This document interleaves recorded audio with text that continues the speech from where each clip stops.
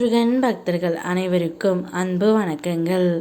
என் அன்பு குழந்தையே, உன் மனதால் நினைக்கக்கூடாது ஒன்று.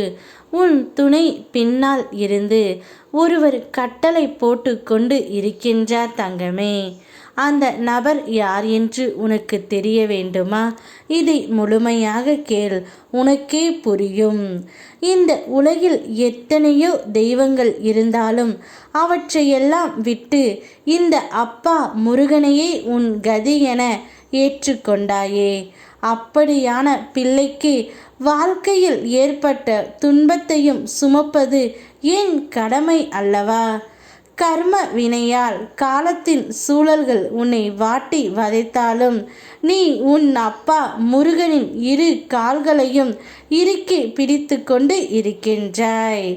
சில நேரங்களில் துன்பங்கள் உன்னை மூழ்கடிக்கும் போல் தோன்றலாம். ஆனால் அது மெய் அல்ல தங்கமே, அது ஒரு மாயை மட்டுமே. ஆகவே எதற்கும் கலங்காதே. எந்த துன்பமும் உன்னை அடியோடு முழுக செய்யாது. நான் பார்த்து கொள்கின்றேன். நான் உனக்காக தினமும் என் கரங்களை நீட்டி ஆசிர்வதிக்கின்றேன். நீ கொடுப்பதற்காக நிற்கிறாய் என்றால் உனக்கு தேவையானவை யாவும் என் பாதத்தில் குவிகின்றன. நான் உன் கண் முன் ஏதாவது ஒரு ரூபத்தில் உனக்கு காட்சி கழிக்கின்றேன். உன்னிடம் யாசகம் கேட்கிறேன். ஆனால் உனக்கோ என்னால் உணர முடியவில்லை. பசியால் துடிக்கும் மனிதனாக கையேந்துகின்றேன். உன்னிடம் தாகம் தீர்க்க பறந்தோடி திரியும் பறவையாக திரிகின்றேன். உன் கண்முன் சாலையோரம் சுற்றி திரியும் பசுவாக தெரிகின்றேன்.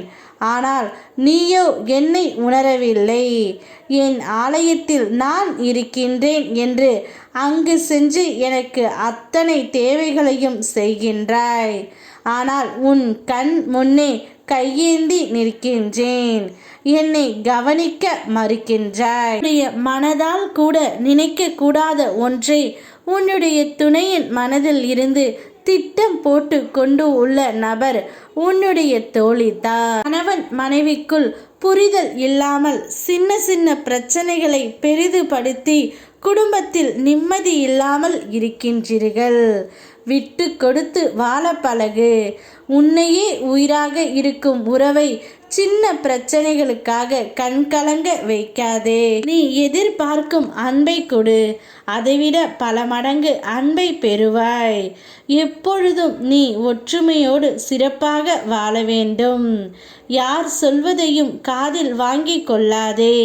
நீ நினைக்கக்கூடாத என்று நினைத்த விஷயத்தை நினைக்காதே. உனக்கு என்ன வேண்டும் என்று உனக்கு தெரியும். அதை நீதான் முதலில் சரிப்படுத்தி கொள்ள வேண்டும். உன்னுடைய வாழ்க்கையில் யாரையுமே நடுவில் இழுக்காதே. உன் பிரச்சனையை முடிந்தவரை உன் துணையிடம் சொல்லி தீர்த்துக்கொள்.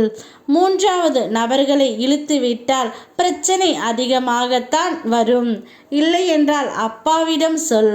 உனக்கு நான் வழிகாட்டுகின்றேன். யாம் இருக்க பயமேன். ஓம் முருகா.